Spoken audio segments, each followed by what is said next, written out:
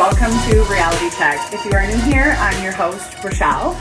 If you aren't new here, welcome to Season 2. This is a very special first episode of Season 2 because it is actually my 35th birthday. I cannot believe I'm 35. Like, where did time go? It's been wild, but how am I 35? In my heart, I still feel like a 16-year-old. I still feel like I'm 20.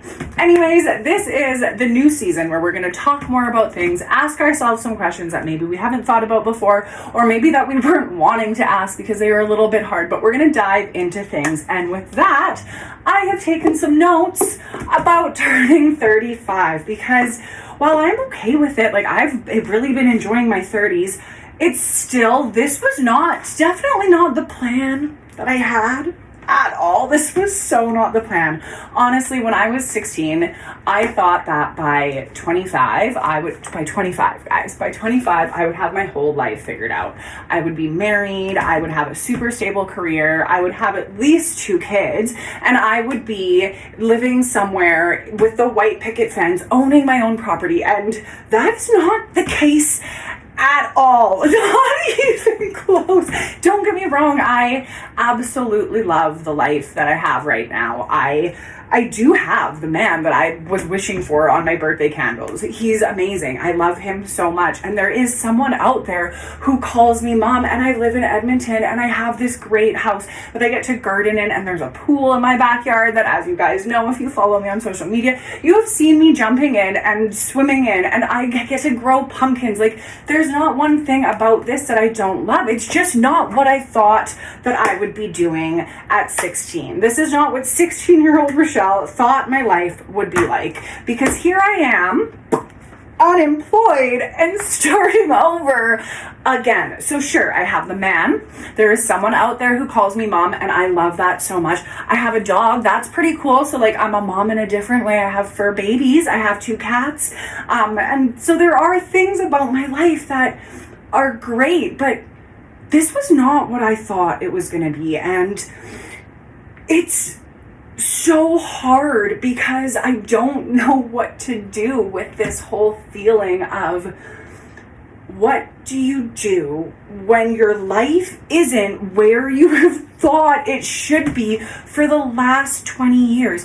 That's, 19, I guess, if I'm doing math correctly, and I'm not very good at math, but that's 19 years that I have spent thinking, I'm not where I should be. Why am I not where I should be? And also, why did we choose 25? And I know I'm not the only one who chose that. I know because I've talked to some of my friends. I know that there are other people who have this arbitrary number of 25, this arbitrary age of when I turned 25, everything would work out. And then when I turned 30, everything would work out. And I know there are more people than just me who are hitting 35 or older, and things haven't worked out like we had in our nice little notebook with our nice little life laid out. That's not how things happened for me.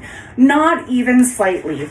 And who decided that? Was it our parents? Was it society? I mean, I feel like a little bit it was our parents, because that generation, things happened so much faster. And in this generation, with inflation and all of the things that go on, reaching that goal, those goals by 25 was really, really hard. And while this isn't, I haven't failed, it sure shit feels like I have. I'm 35 and I just lost my job. I have to start over again. I mean, there are silver linings to that dark cloud. I get to focus a lot more on this, and I get to focus on some of my other dreams and goals. But those dreams and goals were supposed to have happened for me by now. Why does being behind feel like failure?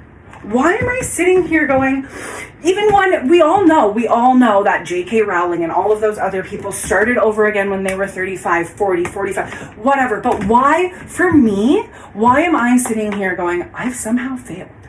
I have failed myself. I have failed my life. I'm not who I'm supposed to be. What does that even mean? Supposed to be. We spend so much time mourning this non-existent person. I am sorry, little Rochelle, teenage Rochelle. I am sorry.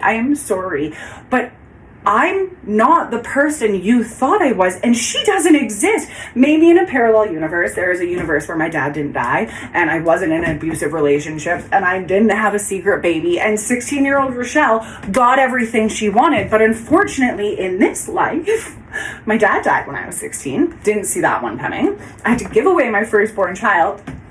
May have made some jokes about that, but didn't actually think it would come to fruition. And I definitely didn't think that I would be starting over again multiple times. So why do I feel like I have failed this person who never existed? And why do we put so much pressure on ourselves to be this person and mourn this person that, you guys, that person never existed? That person was always imaginary. Who 16-year-old Rochelle thought 25-year-old Rochelle was going to be was a goal. It was a wish. It was a dream. Your wish, your heart makes. It was fairy tale. It was Disney. It wasn't life. It didn't have the, it didn't take in for the, well, brain trying to work there, it didn't take into account the unexpected twists and turns that I actually went through, the things that I could never have foreseen coming at 16-year-old. And I think the problem that we are all doing, the problem with everything, is we are comparing ourselves to a version that was never going to exist.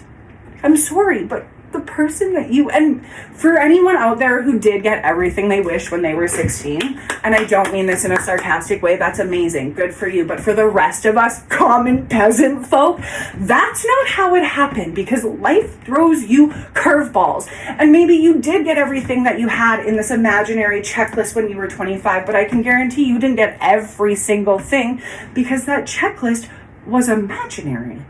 Who came up with it? Where did we get this idea from?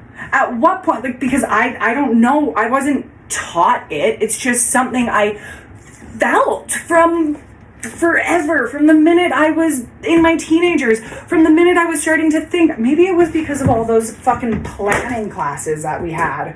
Do you guys remember those career and personal planning? And they were like, you're going to go to high school. Just imagine you're going to have an apartment. They didn't take into account of inflation or how expensive apartments were going to be or how hard it is to move out on your own for the first time. They didn't take into account any of that. Maybe that's where this idea came from, is that they made us think that things would be so much easier for us. And I know that is one of the big things that millennials feel, is that we were told from a very young age, you can be whatever you want, you can do whatever you want. But I have friends who are younger than me that still have this arbitrary age of like, I should have my life figured out by 30.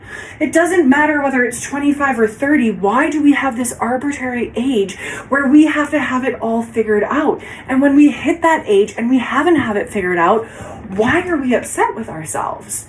Why do we put so much pressure on ourselves to be a version of ourselves that probably never is going to exist, or maybe does in a parallel universe, but in this one it doesn't? And it got me thinking, is that the right question to be asking ourselves? At 35, is the question that I should be asking myself, why am I not where I thought I would be? Because where I thought I would be, like I said, was this fucking magical, it was Wonderland. It was my Wonderland. And unfortunately, I still haven't found that. I am living here on planet Earth with the rest of you wondering if I failed, if I'm not good enough, if I'm ever gonna be good enough for that imaginary idea of a person that I dreamt up 19 years ago. So, is the question that we are asking ourselves, why am I not where I want to be, the right question? Or should we be asking ourselves,